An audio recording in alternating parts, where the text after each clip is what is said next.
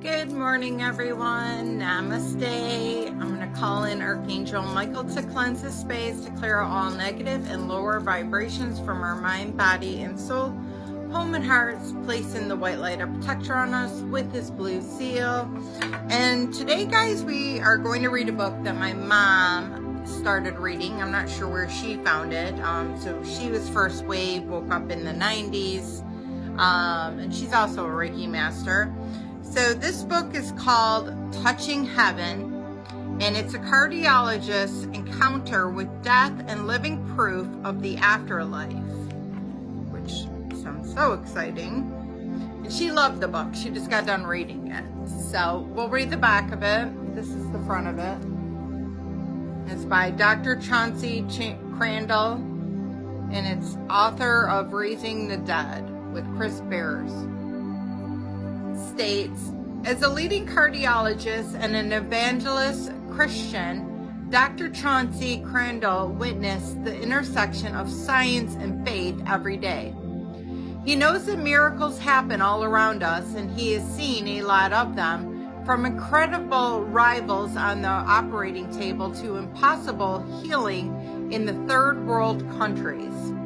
It took many years and piles of overwhelming evidence to convince the Yale-trained physician that there is a heavenly existence beyond our physical world, but he now treats his patients with the best of medicine and the best of heaven. In Touching Heaven, Dr. Crandall weaves together stories of his encounters with the divine as a father, a doctor, and most importantly, a believer, to make a case for his steadfast convictions that there is more to life than this life.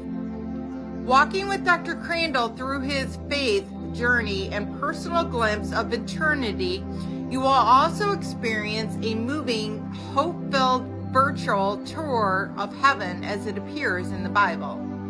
With the combination of first-hand evidence and the scriptural truth, Dr. Crandall lays out truly life-changing proof of an afterlife that calls of us to live with eternity in mind. So, he goes on to give his credentials, but he's very high-ranking Yale physician. So we'll start with the introduction portion and read a little bit of it. It states, Encountering Heaven. My first encounter with the reality of heaven wasn't anything like what you've read in books about the near-death experiences. In fact, it was much alive and well, an energetic 19-year-old working as an orderly at a noted community hospital in Northern Virginia prior to medical school.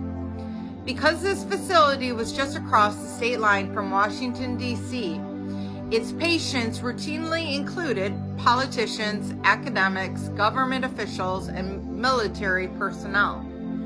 I was happy to carry out my daily tasks of drawing blood, pushing wheelchairs, and cleaning the rooms, but I also got to do rounds with the doctors and nurses there, which is where I became acquainted with Carl. He was in his late 60s, and he had been in Allied forces during World War II. In our hospital, where he had been a patient for nearly a month, he was still fighting a war, but against a different enemy. It's called bladder cancer. When I met him, he was full of life, and judging by his kindness and his many interesting stories, I knew he was a good man who had lived well. I couldn't help but be drawn to him. What I didn't know is that Carl was dying. I frequently stopped by his room so that I could hear his wartime tales and take in wisdom. Meanwhile, I was trying to decide whether to the field of medicine or what field of medicine I was going to go into, desiring to gain exposure to other areas. One day, the head of the pathology lab, I wanted to observe you the next time you're working upon a case. The call came one beautiful Saturday morning. I left Fairfax sunshine and clear skies behind and headed for the lab, which was housed in the basement of a hospital.